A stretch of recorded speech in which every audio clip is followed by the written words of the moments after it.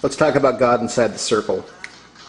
Now, before we do this, I want to point out that anyone, anywhere, could draw a circle around them and stand inside it and repeat some strange sounding words, do some bizarre gestures, light some incense, call out some strange names, and claim it's magic. To a strong degree, that is exactly only what has been taught. That is exactly only what is being put out and pushed at bookstores.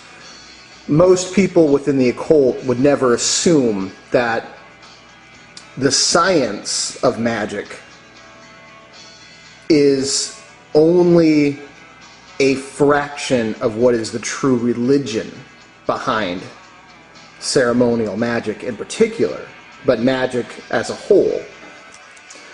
I think the best way is just to show you. This is a circle.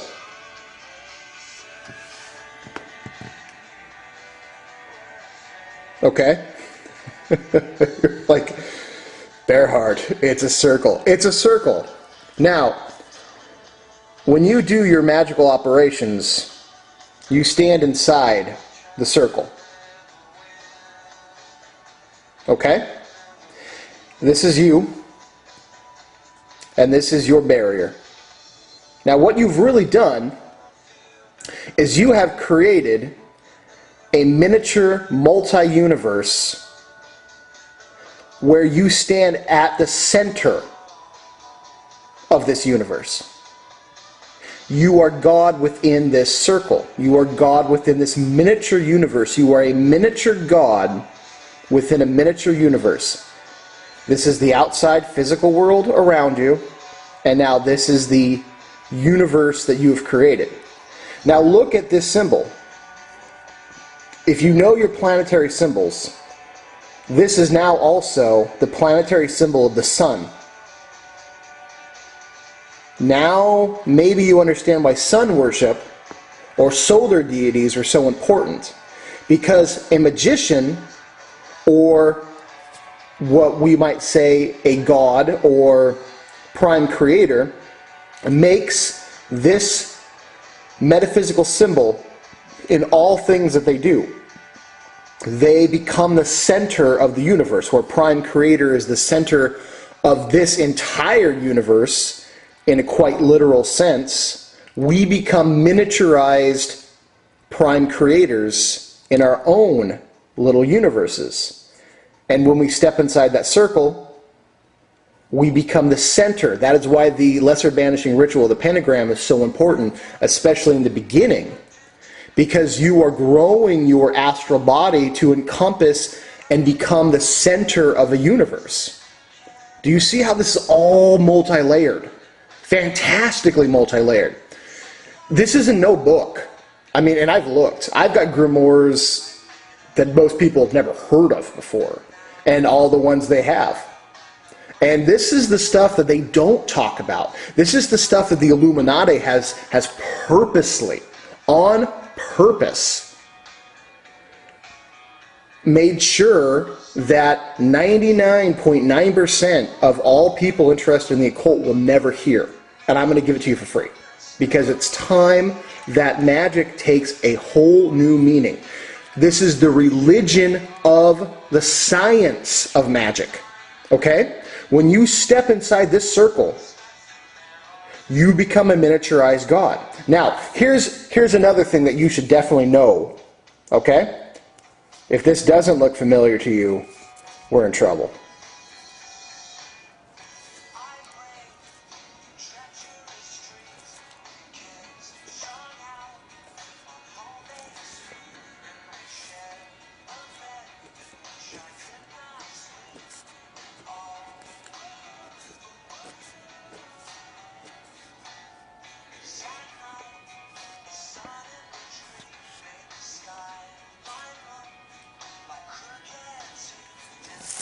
I'm not going to make all the connections, but this should suffice. All right, this is the tree of life, okay?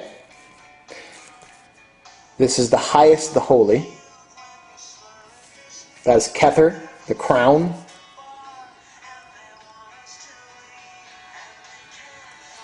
That is Malkuth, the kingdom. All right. Do a little spear for Mars. All right. We'll do a scepter for Jupiter over here. All right. Now this is up here.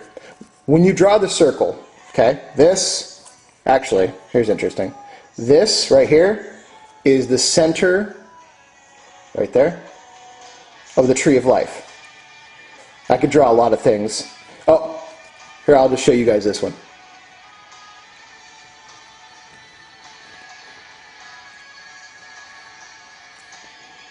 See the cross? With the solar symbol in the middle? That's Jesus on the cross. About 10 million years before Christianity. Okay? There you go. There's the spear that pierced Jesus' side. Jupiter is also seen as a half cup. Also, the cup that caught his blood. I could do about a 7-hour video on that alone. I'm not going to, but just to show you. Okay. We are dealing with, as we draw the circle, we are dealing with this right here. We're dealing with this high pyramid. Kether, Chokmah, and Binah. Okay? You're starting here. Okay? As you stand inside the circle, you are channeling all the possibilities of Kether, or Uranus. That is the planetary sphere of Uranus, which is Kether. Right here and right there. You are channeling all the possibilities into possibilities now with the potential to be manifested. So you stand, let me draw it here. This is that unactual all possibilities of God form, the highest, the highest. You become now the channel as you go into Chokmah, as you actualize that you are a miniature God. You become a channel for all that energy. Okay? What's interesting here is that Chokmah's symbol is a double-handed wand. A double-headed wand. Interesting. Ooh. Okay, now, because you are that outpouring of energy, you need something that's going to contain it and give it structure. Structure. So, you unite. You go into what is Saturn, which is Binah. Okay? Chokmah is, I'm more comfortable with the zodiac. Other people are more comfortable with Neptune. I'm okay with either one. Alright? The symbol for Saturn is a cup, a chalice, to hold energy. Do you begin to see? Interesting.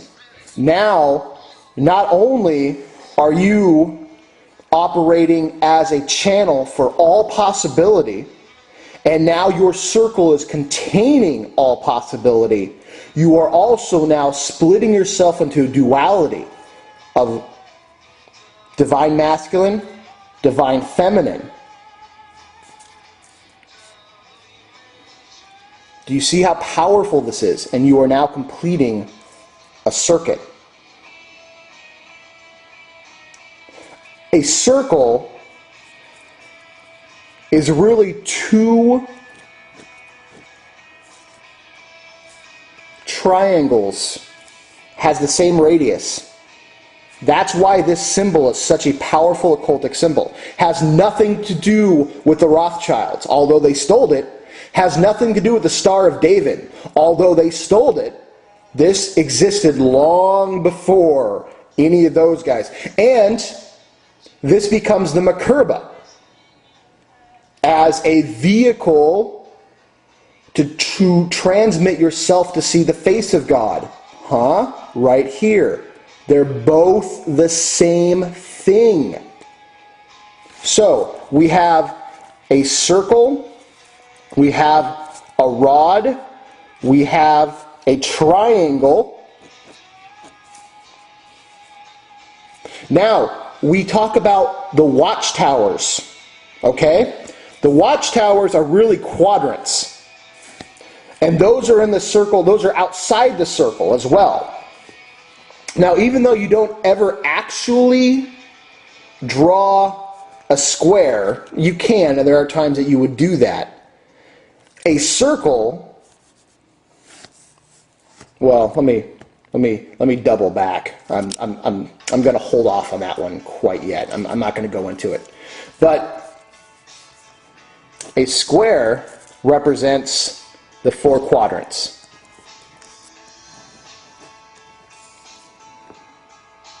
These are sometimes called the watchtowers.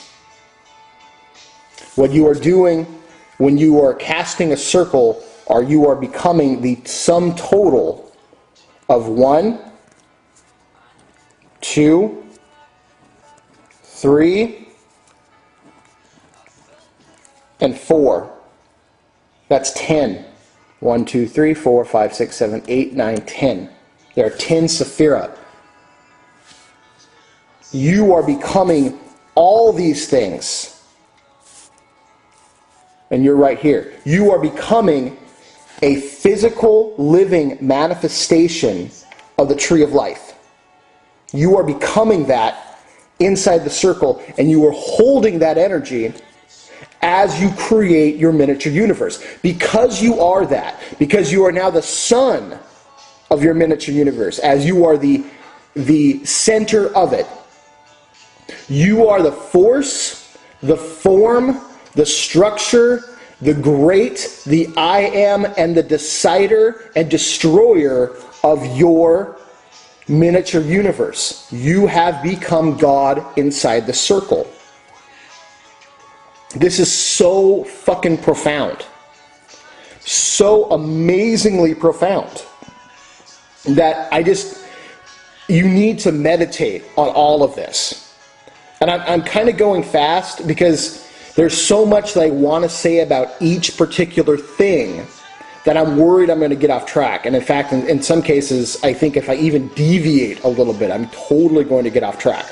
Okay? So, when you draw a circle around yourself, when you step inside a circle to perform a magical operation, you are essentially becoming the planetary symbol of the sun, as you are now the center of your own miniature universe. You are making the connections of the highest triangle on the tree of life, the most sacred of the trinities. You have the prime creator, you have God energy, and you have goddess energy in its most pure form. Now, prime creator is not with gender, but not without gender either. I have seen a representation of prime creator as I held prime creator as the most shining, beautiful baby ever. And I just couldn't help myself. I just wept at its beauty. And it was so profound that a being of this power would represent itself in such a vulnerable way. And this was such a lesson to me to say, you hold this kind of power, but look what kind of injury you could do to it. Look what mankind can do to this kind of power. That should be very humbling. So you have male, female, all channeled right into the circle. You are holding those aspects. You are becoming a living representation of that tree. Let me show you something else. You have Kether, Chokmah, Binah, Hest, Geburah, Tepareth, Netzach, Hod, Yesod, And you have Malkuth.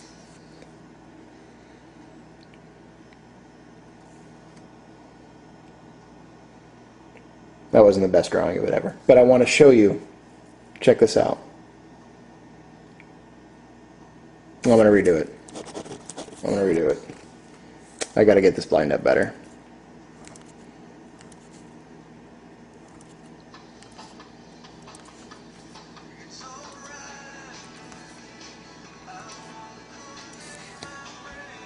Tree of Life. Yeah?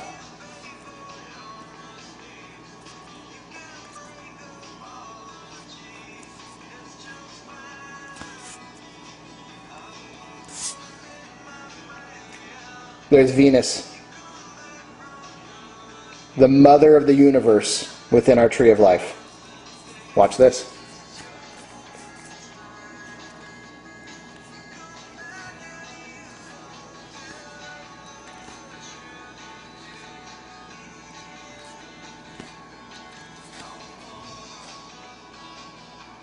Tree of Life.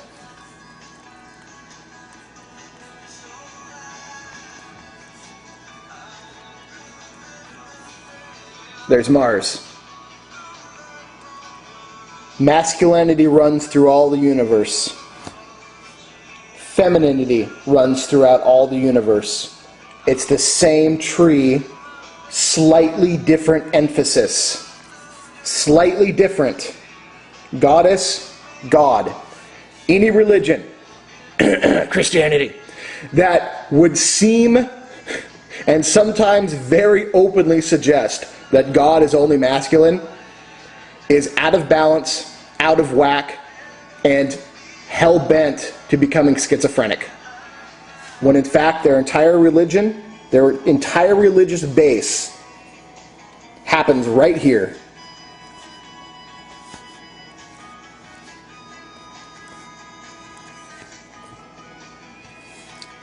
With Malkuth, which is the kingdom, because Jesus is what? The king? King of earth. And then you have heaven. King of heaven. Oh, I'm not going to get into it. Because, wow, I'm going to go off on a major tangent. But that is the crucifix right there. That is the crucifixion.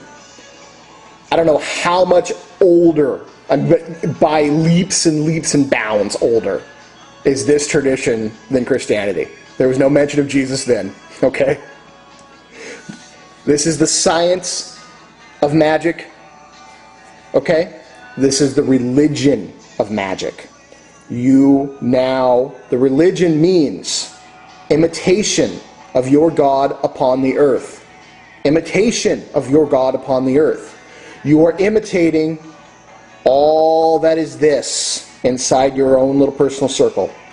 And there are millions and millions and millions of other people with their own spheres of influence, because that's what this is a sphere of influence, operating as God or Goddess, as queen or king of their circle. Now here's the interesting thing. As you develop your sense of what you're doing, like I said, anyone can draw a circle, but it is the awareness of what's happening while you are inside that circle that makes this so powerful.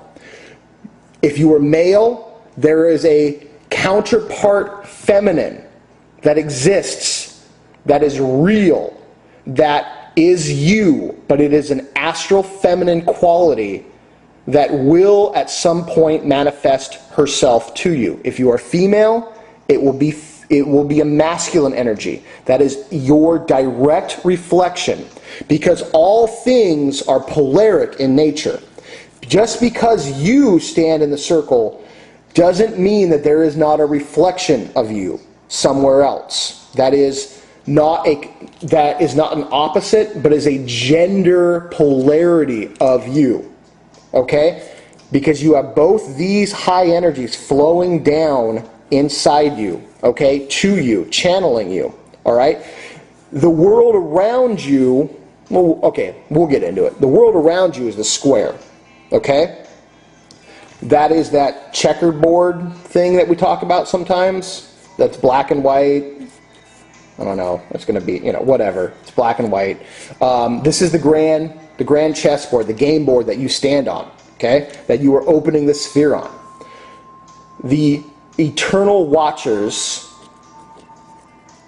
sometimes called the guardians, or Wicca likes to call them the guardians of air, fire, earth, and water.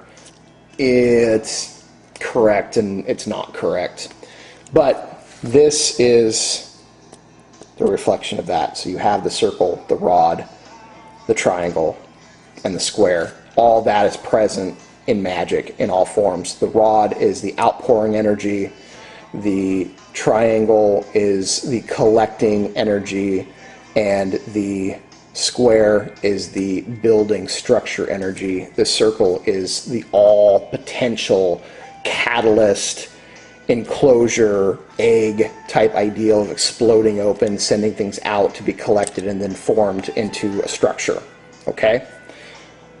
This is also, it relates to your physical body too, but I'm not going to get into that quite yet. I want you guys to focus more on an energetic aspect of it, and then later we can talk about the physical aspects of it. When you call upon the watchtowers, you are calling upon lords of the physical world. Lords that are closest to the physical realm, but are still part of the astral world, that can hold and protect and watch over better the things that would be most likely to bother you in ritual. Now, you've always done your lesser banishing ritual, the pentagram. That will hold things at bay. And in fact, that's how you open a space for you to now begin to channel Prime Creator down, and then Prime Creator, as Prime Creator gets brought down a level, Prime Creator splits into ultimate masculinity, ultimate female, and then just filters down all the way. Yes, the whole tree of life filters down into you, and you stand not on Malkuth, but slightly above it in the astral world, because G.O.D.S, we'll just use this one.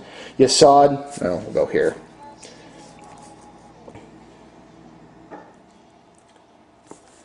G.O.D is the astral world, and right above the physical world. So G.O.D is sometimes viewed as sandals, so you're not actually touching the physical world, you're kind of right above it, all right? It's the same ideal. You're standing just outside the scope of the physical world. Inside your circle is considered the astral. And as you dissipate the circle and all that flushes out, and then it manifests into the square. I hope this is making sense. I want to introduce the idea first. Okay? I want to introduce this idea first so you guys can begin to think about it. And you can begin to kind of see where it relates. And then I can get more specific. But your first step, I want you to start right here. Circle. That is totality. Yeah, I know it's just a circle, but all things within it and all things outside of it. Do you see how everything within it could be a manifestation of all things around, or like outside of it? It's a circle within a circle within a circle within a circle, each encompassing some other different particular layer, an awareness of something else, but all in the same circles. And you just happen to be right in the focus point of them all. This kind of looks like a cell, right? There's a reason for that. Okay? Focus on standing inside a circle and getting the relationship between you are a minor reflection of something greater, of the greatest of the great. You are a minor reflection of that. And as you channel that energy down, you become a unrealized, now realized, all possibilities. And so that creates your wand. That's your wand. Now, you need something to hold that outpouring of energy. So you turn to Saturn. Now you have your chalice. Okay? Outpouring energy, something to contain it. Now that you've realized of your polarities of God and Goddess, you connect the circuit. Now you are the triangle of manifestation of the highest. Prime Creator, God, Goddess, all within the circle. In fact, you can draw this point of circle. I mean, there are 365 potentials of triangles inside the circle alone. That sacred geometry plays a gigantic part in this. If it's confusing, let me know. I'm trying really hard to break it down so you guys understand that there is a huge, huge importance, not how you draw the circle, but what you're doing when you do it. That will create a paradigm shift for you, a magical ideal of thinking that will blow your socks off when you finally get it. Concentrate, meditate on the circle, meditate on the wand, meditate on the triangle, and meditate on the square. All these things exist. You are all that. And that is a reflection of the tree of life too. All those energies make up the tree of life. So here we go. Air, fire, water, earth. It's all there. I promise you. It's all there. And you're all there inside it. Let me know.